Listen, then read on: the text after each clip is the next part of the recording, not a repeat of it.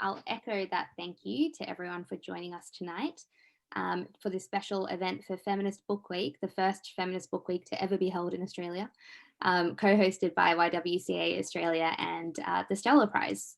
And I'd like to begin by acknowledging the traditional custodians of the land that we're all joining from. I'm joining you from Canberra, the lands of the Ngunnawal and Ngambri people.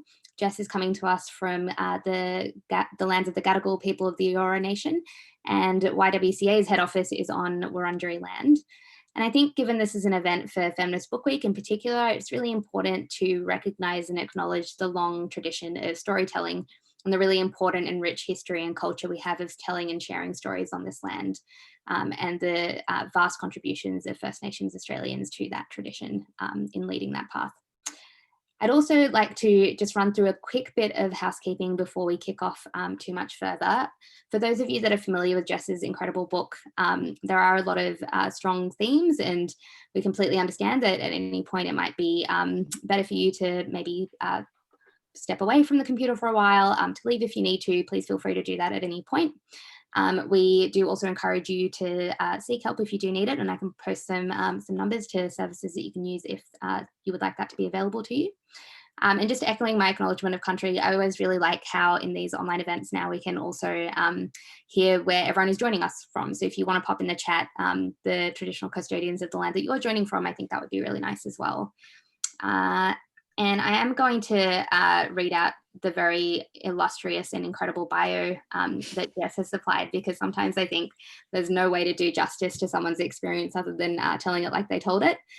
So to introduce Jess Hill is an investigative journalist who's been writing about domestic violence since 2014. And before that, she was a producer for ABC Radio and a Middle East correspondent for the Global Mail, as well as an investigative journalist for Background Briefing. So just a few really incredible programs there. She was listed in Foreign Policy's top 100 women to follow on Twitter, and her reporting on domestic violence has won 2 Walkley Awards, an Amnesty International Award, and 3 Our Watch Awards. She also won the 2020 Stella Prize in April, which is something I was really thrilled to see because I was on the judging panel for that.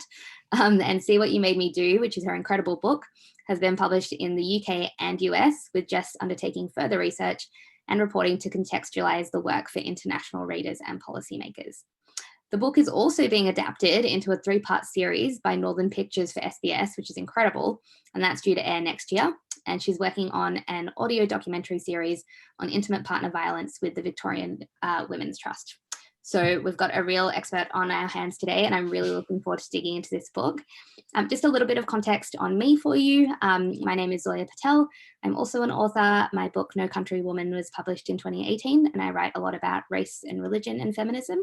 I'm also very honoured to be the chair of the Stella Prize judging panel this year, which is a truly incredible honour. And one of the, I guess, the lenses that I bring to this, last year when I was judging the prize, it was absolutely a no-brainer for Jess to win. It was such an incredible book. So this is quite a treat for me.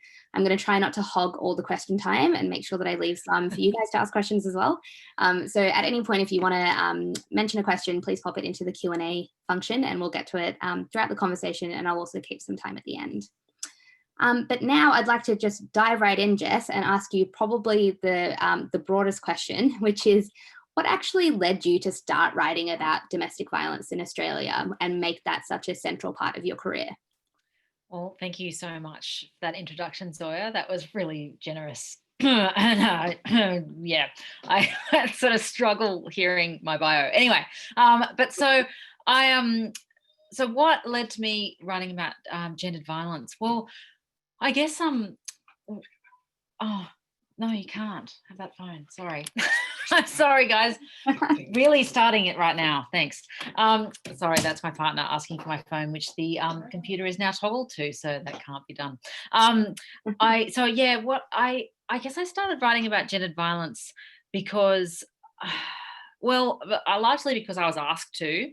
I guess what I've always wanted to focus on in journalism are the subjects that affect people really deeply, but that they don't quite understand. And some of the reasons for that can be that people have said, oh, it's too complex, or, or there's a lot of myths around it. So before I was writing about domestic violence, I was writing about the electricity networks, and how there'd been massive corruption through the gold plating of the poles and wires.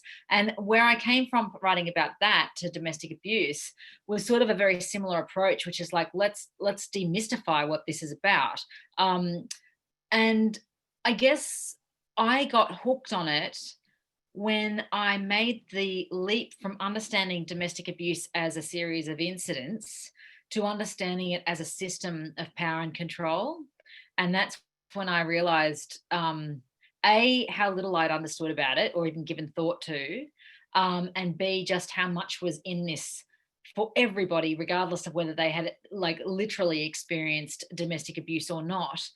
Just the nature of power in our intimate relationships, the nature of how we deal with power and the state, it just opened up so many rabbit holes, that I just kind of, every time I dive down one and see how deep that was, then a whole nother one would open up, and it would just be like, wow, this could go on for a lifetime, and I still might only just scratch the surface, which is a horrifying thought.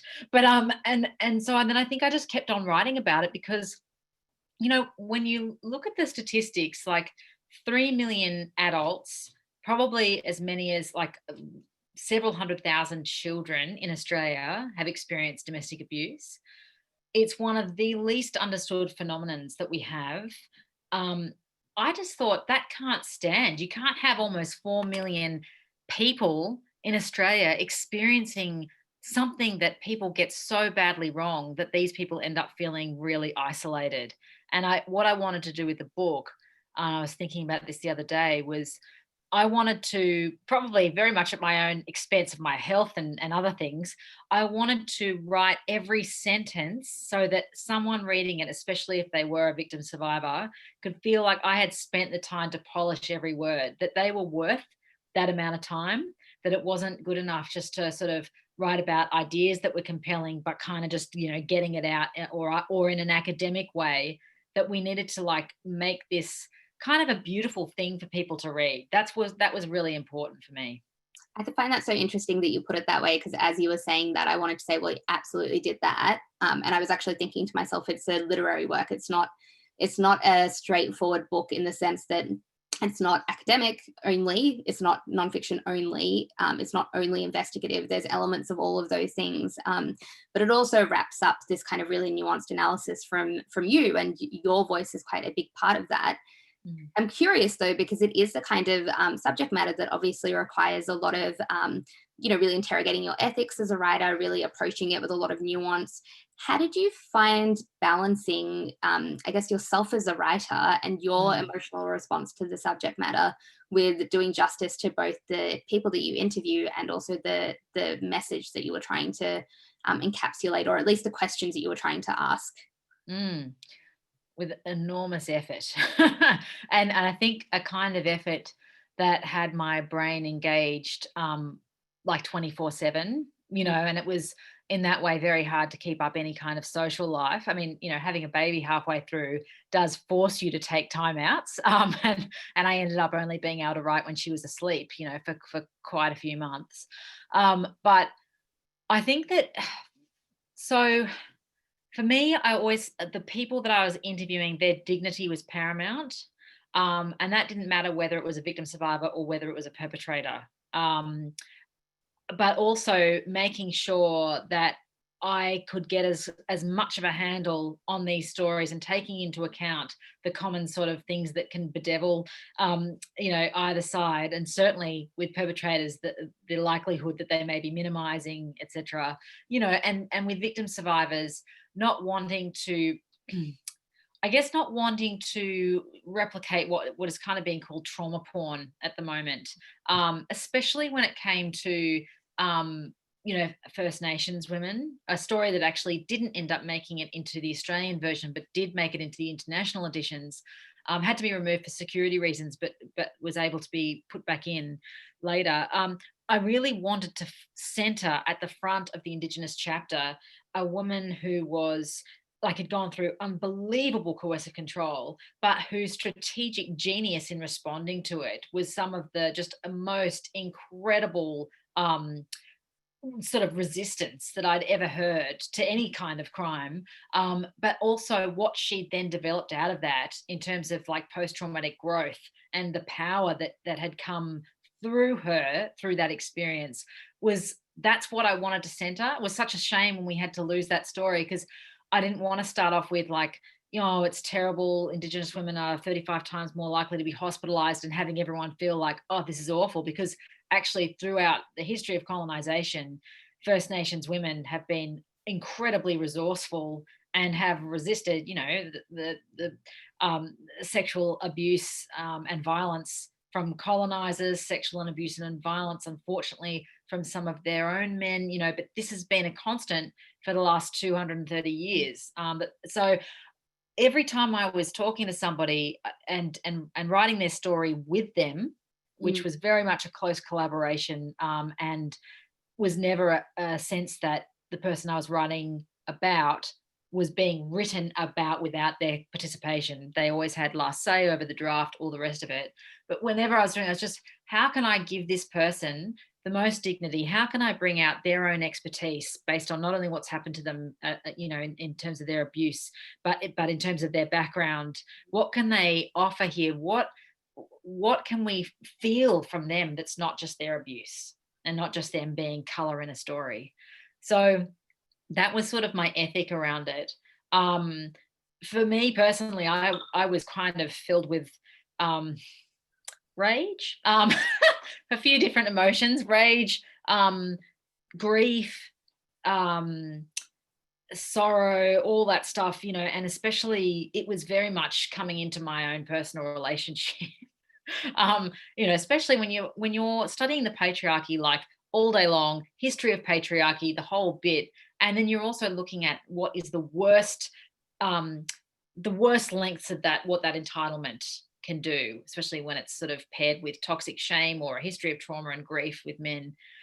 It's very hard not to be using your own relationship as a petri dish and just be going like, so I'd be really analyzing my partner for like, where does entitlement show up, and what does it look like?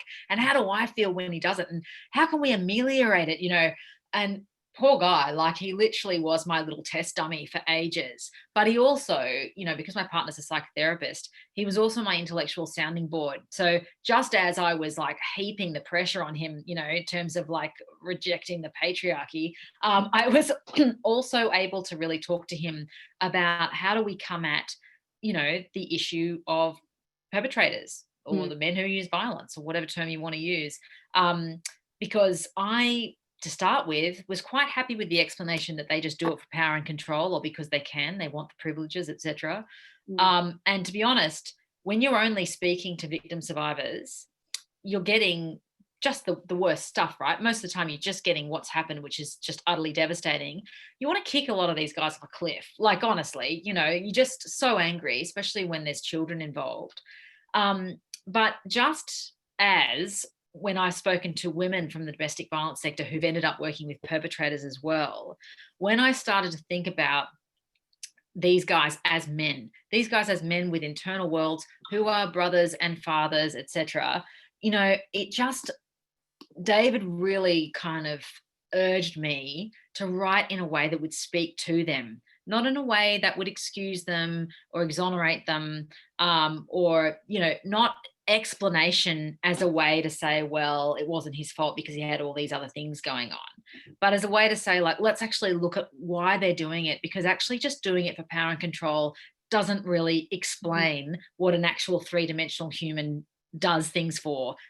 Why they would absolutely subjugate somebody that they claim to love, why they would pretty much go close to ruining their own lives in a lot of cases in order to keep this system in place.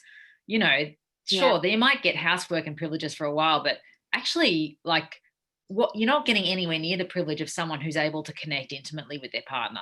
And I think that's actually one of the kind of key, one of the extraordinary things that you've done with your book is you've provided this nuance in a space that you rarely get both viewpoints in one place. it's really common to read about domestic abuse or watch, documentaries or, access other sources that will either focus on victim survivors or on perpetrators in their journey, and you rarely get to see the intersection of the two. And it was one of the things I definitely found really powerful about your book. But I also, as I was reading it, I kept thinking to myself, and I say this as someone who worked for a long time in the women's sector, and, particularly from that kind of 2013 through period where there was a lot of national attention on the issue of violence against women, the number of women who were killed every year in Australia due to intimate partner violence. There was a strong sense of political focus, if not action, on the issue.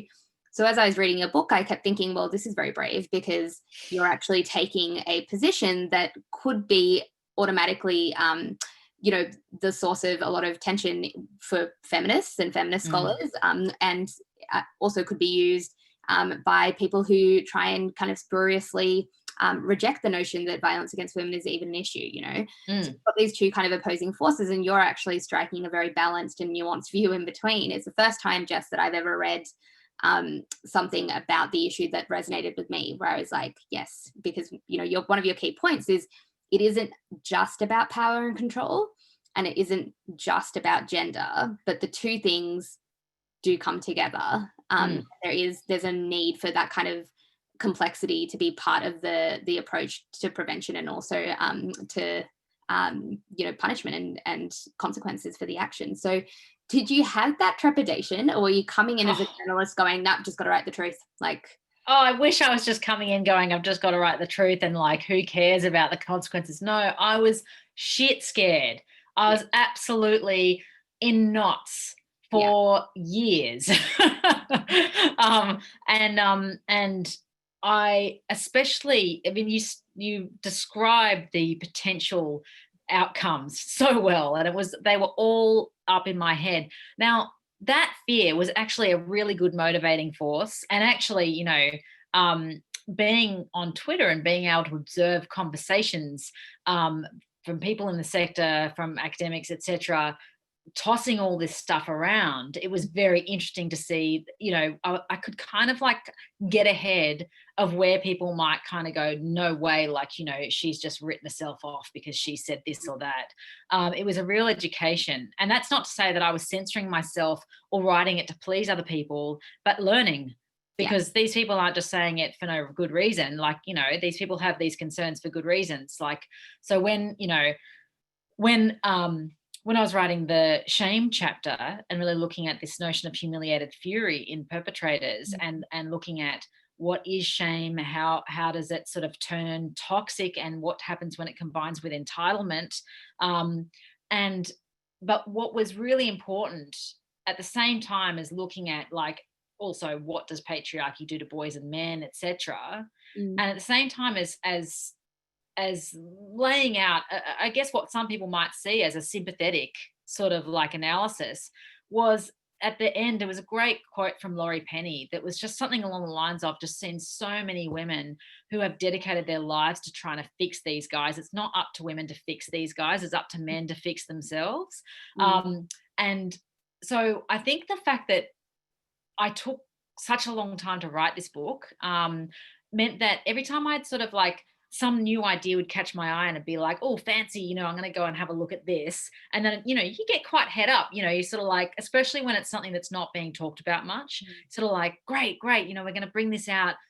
But I'd always just go back to my internal critic and then multiple critics sitting on my shoulders and just go, how's that going to be received? Why would they maybe receive that poorly? What have I not done? And it would also just be speaking to a lot of people on the phone and just and trying out these ideas, sometimes even in public, just trying them out at there were a few panel events that I was part of, and if somebody sort of had a response, I'd just log that and be okay, that needs a paragraph, because the last thing I wanted to do, I thought, if I really tick off, some people think, oh, if you're ticking off people from both sides, you're probably getting it right. I just think that's bullshit. I think that I didn't want to tick off people from both sides. I wanted people from both sides to go, wow, she did her best to be as fair as possible. And while I may not agree with every part of the analysis, overall, you can see the effort and the compassion. That's what I wanted people to feel. And perhaps actually the fact that you were coming at it from a journalist background as opposed to from the sector or from a particular, from academia or any other kind of position meant that you had no vested interest. You were literally trying to, No. grapple with this really difficult issue and unravel it and try and, get to the heart of it. And I think that actually, serves the book really well. I also, just as an aside, whenever I hear people like you who have, write beautifully, but also have immense success with your work, and then you say, I spent years working on this, I'm always like, this is my problem. I'm such a millennial. I'm like, I just want to write it in a year and then not have to look at it again. So did I. I didn't want to write this for years. And I'm a millennial too, like when I signed the contract, it was like 6 months. And I literally said to Ywca Tuffield, who was my first, editor, I said, like, I'm not like some self-indulgent author. I'm a journalist. Like, I don't need years to write this book. Like, I got this sorted. I've been working on it for a year already, and yeah, it was just so naive. But I think, no, I don't think anyone can set out on a project like this really and see 4 years ahead that you are still working like just all day, all night on this and think, yes, I can't wait. This is something that happens to you. Certainly something that happened to me. Like, I didn't budget for it.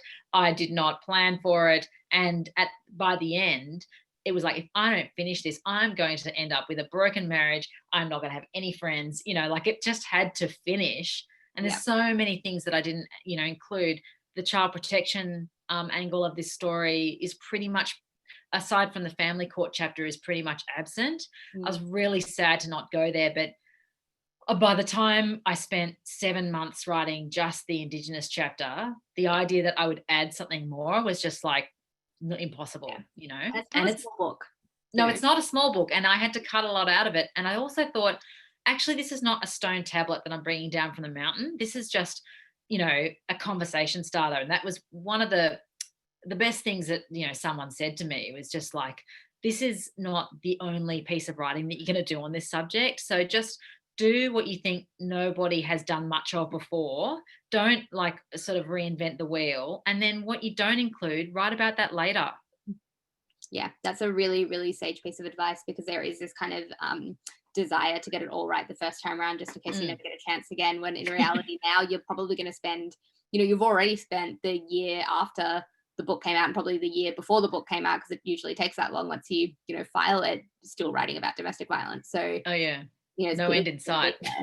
We've kind of spoken a bit about how you thought about the perpetrators and the victim survivors that you were writing about, and also how you thought about, the people working in the sector and the many other voices that kind of feed into our societal kind of response to the issue. But you've also written a book that is very readable on a topic that is often considered too hard for the ordinary person to read. So how much did thinking about the reader, the person who you wanted to absorb the book, play into the way that you wrote it? Yeah, a lot. And especially because, every author will say, well, not every author, a lot of authors will say, oh, anyone could read my book, or I'm writing my book for everyone. But I literally felt like I was writing my book for every single person. And so every time, initially, as all writers do, I was writing it for myself.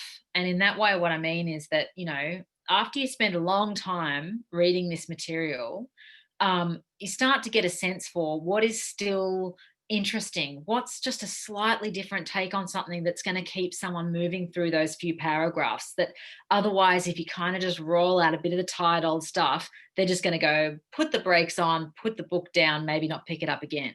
So I felt a lot of pressure on every paragraph to be like just bending it, and twisting it so that even I, after 4 years, wanted to keep reading it, but then after that, every sentence was really weighted towards somebody from the one end of the spectrum, someone who's never heard of like domestic violence, or, never really spent much time thinking about it, and has just picked this book up and is reading it on a whim, all the way through to sector workers who've been working it for 30 years, academics for whom it's a specialty subject, and then magistrates, and I wanted the book to not only read that way, but, even down to the cover design, it had to look as at home on the table of a, desk of a police officer as on the bedside table of a victim survivor.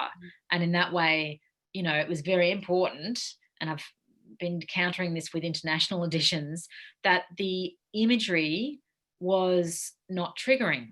And it's amazing how, you know, publishers, God bless them, not Black Ink, but some other publishers, some of the initial cover imagery, just like, Oh, totally. no, I would not encourage a victim survivor to have that anywhere in their house, you know. And imagine just coming across like literally like ice pick type of imagery and like red, and you know, it was just like, no. So I loved what Black Ink did in terms of, you know, making this sort of bouquet of beautiful but slightly wilting kind of dying flowers, where and sort of with that kind of complexion of a bruise, but nothing overt. And that was very, so everything had to be weighted towards caring for the reader, towards totally like kind of almost inspiring as much as enraging and, you know, grieving, and making them feel like, I know a lot more about these stories that I may not be sharing with you because it's not right for you to read all of this in one go. You know, that I'm telling you everything that you need to hear to understand what this relationship was like, and the most important pieces for where we're at the book right now. But I'm not just going to pummel you. And, you know, to be honest, halfway through the book, I was a little bit on the eat your veggies kind of side of things. And like, I'm just copying all of this, you know, you hardly ever have to read about this, dear reader, so you're just going to have to cop it too. Absurd, totally absurd way of coming at it. And again, my partner, who was my reader as well, was just like, you can't include all those details, you know, you are going to destroy people. So there was a bit of me sort of realizing that, there was a bit of him. And I think in the end, what I get a lot of feedback is that it feels like, even though sometimes there are very hard details, some of the stories are very difficult, it doesn't feel like I'm just like laying it out there like, you know, as I said, like trauma porn. It is absolutely in service of what we're trying to learn at this point in the book.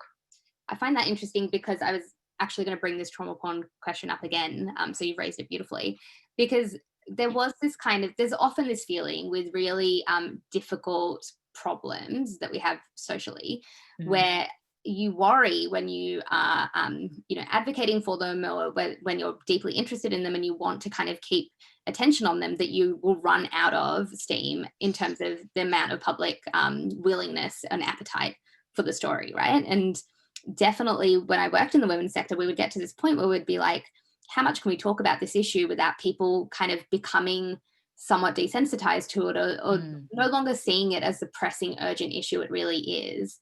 And I do think that the fact that we have this term trauma porn now suggests this kind of cynical, you know, wise to the tricks audience who are a bit like, I know that you're trying to incite an emotion in me and I don't want that. So like, please stop doing that. You, especially now that you're kind of on the other side of the book being out, but there are these other opportunities, and also you've got this particular subject position now where, you know, you're advocating for real legislative change as well, to change the way that we view coercive control, other types of violence that aren't kind of criminalized in the way that they should be. Do you worry that there will come a time where there isn't the sort of the sense of urgency around domestic violence and abuse?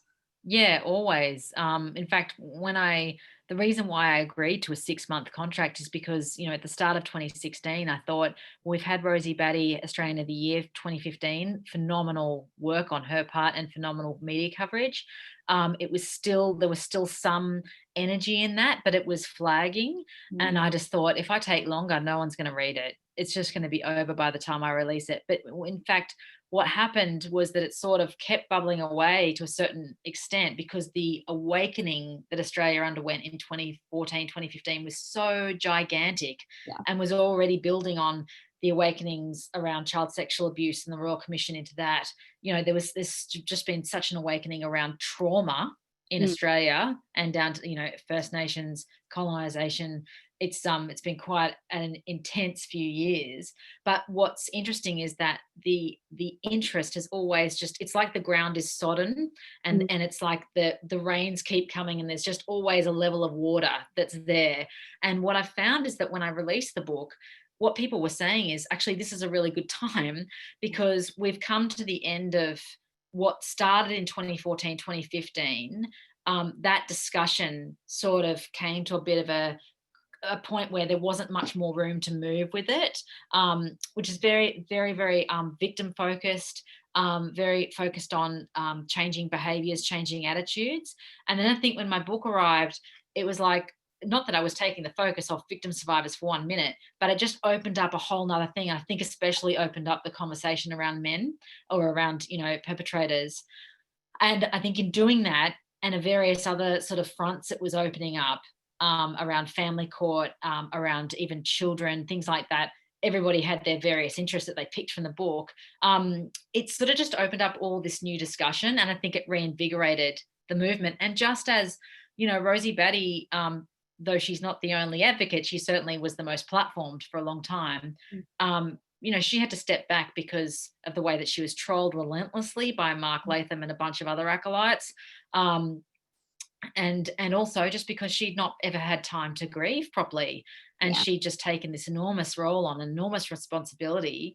And as she was sort of stepping back, the book came out, and I thought partly what I'm really glad about is that, everyone's got their own trauma histories and their own stuff in their background, their family background, and I'm no different. But I don't come from a direct experience of domestic abuse. So I don't have to tell my story every time I bring this subject up, which a lot of survivor advocates have to do. Now, I am a huge believer in victim expertise, and I absolutely never, ever want to take any platform away from them. But I also think just to add a voice to the conversation where it's like, I don't have to relive my trauma every time I engage with this. And maybe I can take some of that baggage off people who are like, I just can't front up time and time again. And what's been amazing is that, as you said, Zoya, like I literally have not stopped talking about this book and this subject since June last year. And in fact, if anything, it's just gotten more and more. There's been occasional lulls, but this is what the whole thing around criminalizing coercive control and that issue and the campaign to do that. Yes, I think criminalizing coercive control is important for a lot of reasons. Yes, I think it's absolutely a very delicate reform that would need a lot of thought and a lot of consultation over a pretty long period of time. But what's happening now is the media are interested in this story in a whole new way, and they are having to learn because they actually realize they don't know what domestic abuse is. What they've thought of it as is something quite different to what the victim survivors experience. And so, unfortunately, journalists love novelty. Like as soon as there's a new story, they'll absolutely dive headfirst into that. And I think if, for example, New South Wales seems to be kind of first cab off the rank to really seriously consider criminalising. An inquiry into that is not due to report till I think June next year. And if laws came off the back of that, it would not be till 2022 at the earliest. But that time period, 2 years at the minimum, is actually exactly what you need, not only to do the implementation, training, all the rest of it that needs to go with it, but for the media to keep engaged with this and to get ready, to actually report on if this becomes a law, to report on these things responsibly, so I think that I think that interest in this subject is not flagging, it's increasing, because I think that more and more people are seeing perhaps how it relates to their own lives or to the lives of people that they love. They're having conversations about it and learning about their own family histories for the first time, but they're also looking broader at the issues of power and intimacy and patriarchy. That's, no longer a dirty word, thanks to Me Too. All of this stuff is like a feedback loop. Yeah, it's interesting to see how, in fact, the impulse to kind of rush something or to try and leverage the public attention in a quick, timely way often results in the opposite of what would really help, right? Because, as women's sector workers who've been on the front line for a really long time would tell you, you actually just can't fix this thing overnight. And so I guess the beauty of what you're saying is this kind of slow bubble has resulted in a change in the way that people view the topic, where I read the op-ed that was in The Guardian that you co-authored about coercive control, and I thought to myself, what's fascinating about this is they didn't need to find, a victim survivor to be the face of the story, to provide a human angle, and to kind of, you still see that in a lot of other big human rights issues. I mean, I think the refugee crisis is a really clear example where it feels hard to get attention unless you can put an actual story into it, whereas we're seeing that kind of switch happen here, which is actually quite fascinating. Absolutely. I do think that the challenge for you, it seems, will be now when you want to work on something else. So I'm kind of curious, like from a craft perspective, do you feel as if you have any space in your creative brain, in your writing brain, to even consider other topics, or is this what you think you want to be writing about next? So what I experimented a bit with this essay I wrote for The Guardian just recently as part of the Fire, Flood and Plague series that Sophie Cunningham is editing, is that I don't want to leave behind the issue of coercive control and domestic abuse. What I want to do is expand on that and look further out at how this locks into patriarchy, and how patriarchy then locks into so many different issues, from climate change to racial oppression to, rampant neoliberal capitalism, etc. So what I'm really intent on is sort of showing people the connective tissue between all of these issues, and that once you understand coercive control in an intimate relationship, you can better understand how other people may use certain strategies to override other people's autonomy in religious cults or even politically. I mean, it's all different because intimate partner coercive control is not directly comparable to a religious cult coercive control, but the basic architecture can be the same. And so what I want to do is sort of expand outwards. So I can't see myself leaving this subject. Also because in the book, and this is where the very uncomfortable sort of situating between journalism and advocacy is sitting for me at the moment. In the book I decided to make pretty clear pronouncements just based on what I had researched and all the people I'd spoken to. So, at the end of the chapter on policing and the courts, I say it's time to criminalize coercive control. And I thought very long and hard about even writing that. But once I decided to write it, I thought, I want to back this, and I don't want, when there started to be some interest in that as a possibility, legislatively, especially after the murder of Hannah Clark and her 3 children, that's when it really sort of started, a momentum started building. I thought, well, I could, and Ronan Farrow is a great example of this, who said he's not a campaigner. He's written about Harvey Weinstein and the whole Me Too movement, but he's not there to campaign for, harsher sentencing for perpetrators or for more people to be taken down by the justice system. He's written his book now and that's it. And he'll talk about it and whatever. For me, it wasn't that simple, because I'd have, politicians coming to me and saying, can you explain coercive control to me? Can you talk to me about what's happening in Scotland? And so I'd be like, absolutely, I can. I feel a total loyalty to the people I've written about and to the subject. And then it's like, so how much further are you going to put that? Are you just going to be behind the scenes doing that? Or are you going to try to influence policy much more upfront? And I felt like I should just put my chips down and say to people, I'm not just going to conduct these sort of private consultations and then pretend to have no political interest. I am playing a role, and I'm going to be really upfront about that. But at the same time, I feel it's sort of uncomfortable, because I'd like to just be able to write about this as a reasonably disinterested player, who can just analyze it from all sides. But now that I've stated a position, I can't be that person anymore, so I have to take a different tack. But yeah, so I think in terms of writing about this, obviously echoing out to other issues, but even about this particular issue, there is still so much in it. Criminalizing coercive control is just one part of changing an incident-focused system, and many other problems with the system. That there is so much other work to do in so many other areas. And I just can't imagine that if momentum grew in those other areas, I'd be able to just sit back and go, I'll just let you guys carry this and I'll just drop out. I just can't imagine it. I think that's really I keep saying I think that's really interesting after your questions.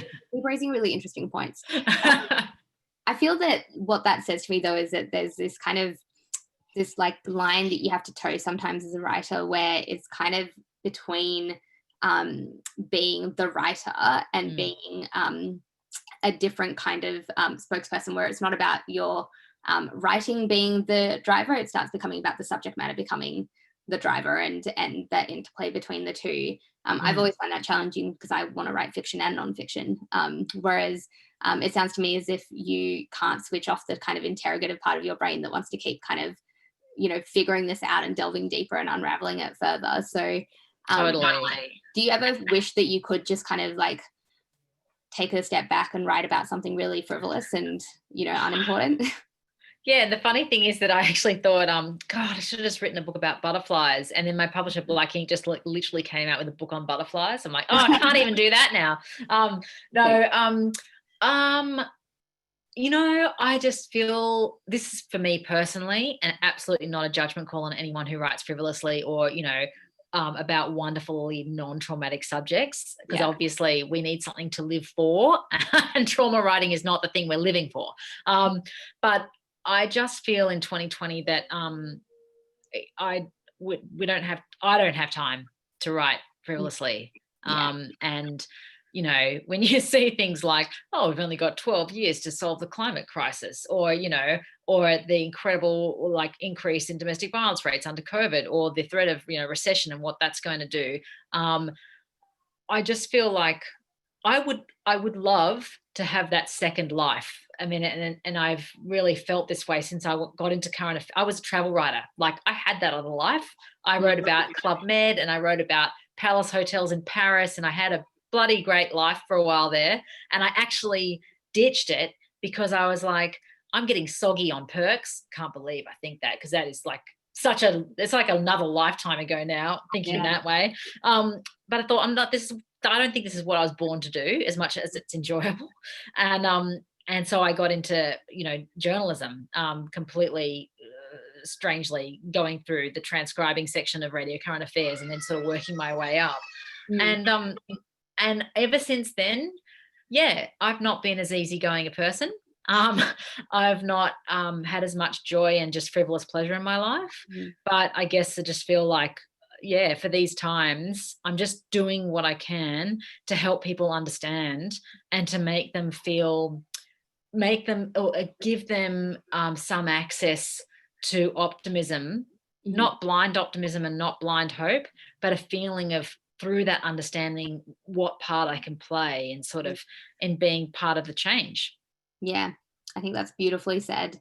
And I totally get what you mean. There's a sense of kind of pressing urgency to actually talk about the stuff that's looming. And whilst things seem pretty terrible, I think it is kind of, you're right, there's a kind of hope that ebbs through your book, and certainly the kind of conversations that we're having now where people want to actually take action. I'm conscious of the time, and I was going to open it up for questions at exactly this moment, and we have one. So somebody asks, why do you think that the basic architecture of coercive control is the same in such different settings, and why do you think it can be instinctual, as you've spoken about at times? Great question. So what Albert Biederman, who was the US Air Force a social scientist who first kind of sketched out what coercive control looks like, the 8 techniques that make up coercive control. And what he realized is that though he was analyzing returned prisoners of war from North Korean prisoner of war camps, the kind of systems that they were being subjected to were the same that had been used by interrogators for centuries. You know, unfortunately, we as humans seem to have an innate understanding for what it takes to undermine someone's sense of self, to train them into a state of compliance and override their autonomy. And it is, I wish I had a really straight answer for why it is that so many perpetrators of coercive control use this spontaneously in a way that they would, were they to be called out on it, would absolutely be up in arms and horrified at the suggestion that they were abusers or that they had any intent. Most of the time they think they're actually doing it in response to the actions or the attacks of their partner. And yet there are other people who use it absolutely instrumentally, who can break down for you exactly what they do, who use the same system of abuse in relationship after relationship. I mean, I would love to know more about why that is, why we have this instinctive access to what it is to do that to someone. I don't know if what kind of quality in a person is required to do that, whether it's desperation, a desperate attempt to keep someone from leaving, whether it is as happens with, a minority of offenders, just a love of power and a love of having someone under your control. I don't know that I would spontaneously recreate the techniques of coercive control or even know where to start, but I don't have the need that would serve, so I think human needs create the behaviors that will, bring the results that human need, wants. And I guess that's the only, I've not been able to find an explanation for why it is instinctive, just an observation that it often is. That is probably the most frightening or alarming part of the book, was reading about those types of abuse and the kind of case studies that you share of both victims, survivors, and perpetrators who have perpetrated coercive control. I certainly found that quite chilling, because it's almost easier to imagine as somebody who hasn't ever experienced physical violence. When you were talking about your husband and how you kind of like, looking at him with a microscope, being like, where is it? It's in there somewhere, that male entitlement. Yeah. I totally do the same thing. Whenever I'm researching for a feminist article, or especially when I worked in the women's sector, I was always really aware of, or I thought I was really aware of what to look out for and like what the signs would be with my partner. And then I read your book and I was like, how, no one ever knows. You don't know when it starts happening to you. And it's really, really fascinating to hear you explain it like that as well. We do have time. Oh, sorry, go on. Sorry, just hold that thought. But before you say it, if other people have questions, please do pop it in the chat, because we have time for a couple more. Go on. Yeah. Jess. I was just going to say, Zoya, that was one of the things, I mean, certainly knowing the signs of coercive control and having your friends and family know that and know the best way to come at you if you are experiencing it is very helpful. But actually, this whole thing of primary prevention, a lot of what I think is really important is to raise women not to think they have to be selfless. Because actually, look at certain statistics, like 45% of female health workers in Victoria have experienced violence.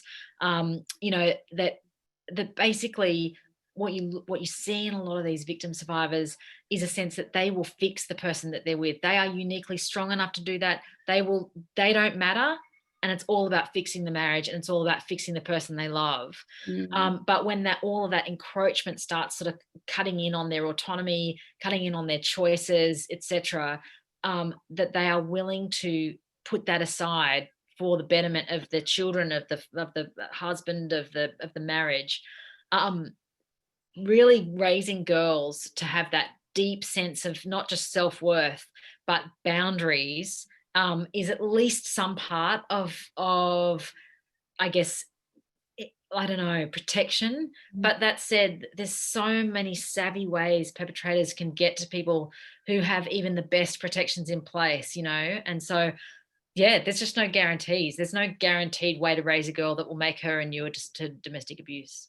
Completely. We do have a couple of questions, but based on what you were saying, Jess, I thought it might be a good point also to mention that Ywca Australia does work a lot in this space, and their programs actually cover, 3 of the key kind of tranches of response to domestic abuse, including primary prevention programs, lots of respectful relationships education, and different ways in which they offer that, and also early intervention, with people who may be experiencing domestic violence or intimate partner violence, and also crisis support. So one thing that I learned from kind of working in the sector was that holistic approach is actually really important, and that one can't work without the others. And I guess the other piece of that puzzle that you write about really articulately is the criminal justice system as well.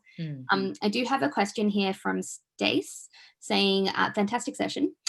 Jess, why do you think there's been such an influx of intimate partner violence and domestic violence during the COVID-19 pandemic? And what's the difference between the 3 editions of your book? So a 2-part question.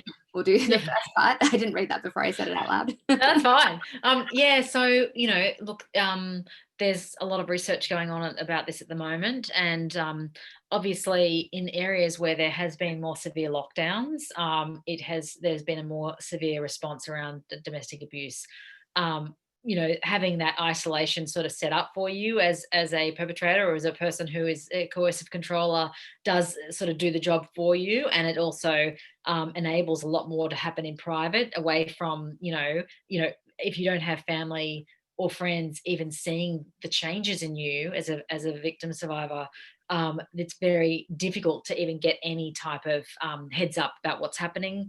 And also it's very easy for a perpetrator to sort of really recreate a patriarchy in miniature in a household where there's not a lot of options for other places to go. But aside from that, in any recession, you have rises in domestic violence. Around Christmas and holiday seasons, you have rises in domestic violence. So what we have now is a recession, and we have people in relative lockdown or in much closer proximity, so replicating a holiday season type of environment. So you got those 2 things totally supercharging it. An enormous amount of stress and a sense of mental unraveling, I think, that a lot of people are experiencing. A sense that without your partner, there's not a lot else going on, and so for perpetrators who are already paranoid and absolutely anxious about being left, and who are instituting sort of systems of coercive control almost in response to that feeling, this feeling that you lose your job, or you lose access to even sport or any of the things that you used to do to get release. A lot of that stuff is going to go back into the home, so you're going to maybe get more like increased sort of severity of violence. There's so many different parts of this and why it's intensifying. It's yet to be seen whether our homicide rate will have been that much higher. Certainly there have been periods where it looks like, in the last week, there were 2 murders. But we'll see, I guess, at the end of the year, when you take that extremely awful stock take. In the UK, there were just it was 5 murders in 1 week during lockdown, so when usually they've got an average of about 2. So I think all of those factors are combining to make things extremely dangerous. And the fact that a lot of victim survivors who are in incredibly dangerous situations are kind of trusting the devil they know rather than the devil they don't at the moment, because leaving a house, going into financial unknown right now feels foolhardy for a lot of people. So it's keeping very pressured situations going for longer, and perhaps without access to help. And local situations would be all different. As for the 3 editions, big changes in all of them. I'd say in the American and English edition, there was a change on almost every page, from statistics through to particular chapters. The Indigenous chapter in the US edition, I did a comparison between First Nations experience here of colonization and of modern day family violence with the First Nations experience in North America, which obviously there are enormous parallels. And then also in the English version, I kind of rewrote the entire family court chapter to very much reflect the British experience, and reflect really the international experience, which is remarkably similar from country to country, down to the very details of how these cases go so wrong. It's quite amazing. So yeah, there's just massive changes. The American version took 7 months just to rewrite. And it was about the same for the UK version. Yeah, wow. I can't believe that you've managed to, it's so thorough, for to actually contextualize into, places that you don't even live is pretty incredible. So you must be really excited to have those. Are they out in the world now, those 2 editions? They are, yeah. And I really wanted to make sure that no one in America or in England was going to think that, well, it's not such a big deal here. Like, gee, it seems bad in Australia. But because, someone reading a book from Australia in those places, it's just not going to carry. Whereas we'll happily read English and American books. Unfortunately, it doesn't go back the other way. absolutely kills me. But yeah, I'm glad that you did do that extra work, because I'm sure it'll resonate even more deeply. So I have two more questions, and that's probably all I'm going to have time for. The first is, how do you feel differently about domestic violence after spending all this time publicizing and discussing it? Do you feel a sense of hope, or that there is a change? Yes, I feel part of the sense of hope is that there's been an enormous amount of work in the last 40 plus years done by the sector and by academics. But I feel like some of the sort of like rigid restrictions around what we should or shouldn't talk about are starting to loosen. And a big part of that is, what do we do with the men? And I had an amazing chat with these people, Waminda in Nowra, a couple of days ago, who do wraparound services for both victim and perpetrator. They're an Aboriginal run organisation, and they're a huge organisation. And, what they're really talking about is like, what do we do with these guys? They're not averse to there being criminal sanctions. And so, some of these perpetrators are in jail. But what they're looking at is, how do we heal these men? And if the women want, like, how do we get the family to reconcile? And I asked them, how many times do you deal with in a situation where it's really not okay to have that family reconcile, and that man needs to be kept at a distance? And they said it's really actually a minority of cases.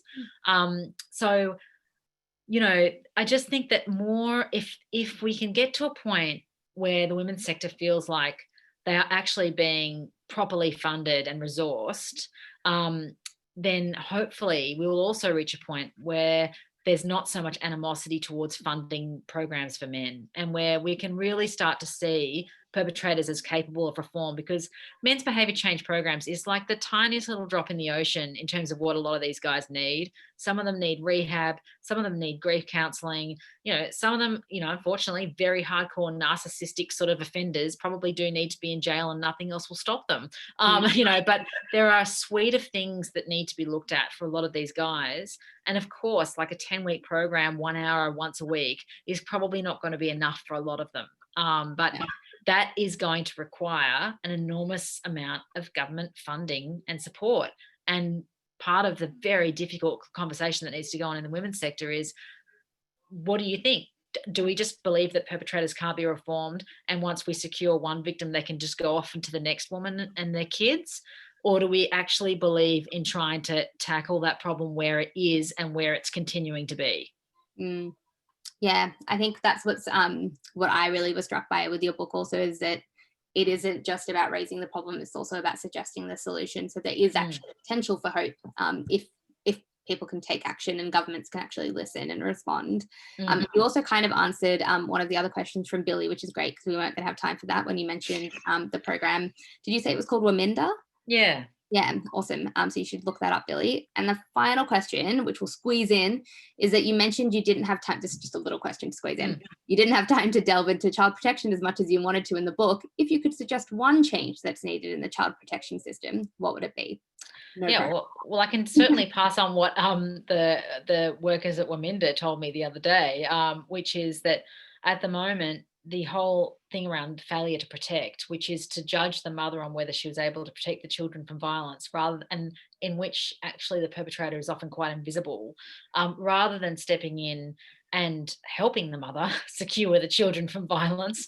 And actually, there's an issue again, where the best intentions go badly wrong, where the child protection focus, system is child focused, which is a good thing.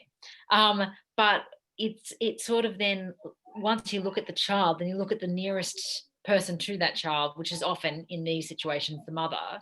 And so the sort of punitive response goes to the mother, and all the responsibility goes to the mother. So instead of saying like we're child focused, but we're also looking at the parents and ideally trying to keep this family together. And I think now the child protection system, officials are starting to understand that like the results and the outcomes for children put in care are pretty bad, and it's like, this is where you're starting to see cycles of criminality, of violence, because these children have had their primary attachments broken and put in situations that are often more dangerous than they came from. So that's, I think we really need to look at some of those like basic concepts in child protection, like the failure to protect concept, and really reanalyze it with everything that we know now, and look at like what it's cheaper. If you need to be that real politic about it, it's cheaper to keep these families together if that's possible, you know? So why Yeah. not? Why wouldn't that be the ambition? Yeah. It always kind of staggers me when you have to put it in those terms, but you're absolutely right. If there's no other reason, then at least there's that. Jess, it has been such a delight to talk to you, and you've been so articulate about some of these really big and, you know, really difficult problems that you've written about so beautifully. I know that I'll be waiting to watch that series that's coming out and to listen to the radio documentary. But before we sign off, I also just wanted to extend another big thank you to the Stella Prize and Ywca Australia for organising this wonderful event and for putting together Feminist Book Week in general. What an awesome idea. And I hope that you've all subscribed to the Ys and the Stella's newsletters and become a member of the Y if you aren't already. And I thought I'd also mention that there is another event coming up on Monday, the 2nd November, hosted by Ywca Australia. So if you just can't get enough of great feminist content, they will be doing an online pre-screening of the awesome documentary Brazen Hussies, which is all about a revolutionary chapter in Australian history, the women's lib movement from 1965 to 1975. So highly recommend that you jump on the website and find that one. But otherwise, thank you so much for joining us. I really hope that if you haven't already, you'll go and buy a copy of Jess's book and read it. It's really, really incredible. And I feel very lucky to have had a chance to talk to you tonight. Oh, me too, Zoya. Thank you so much. And your questions were just so thoughtful. Really great to talk to you. Oh, it's a pleasure. Thanks, everyone. Thank you.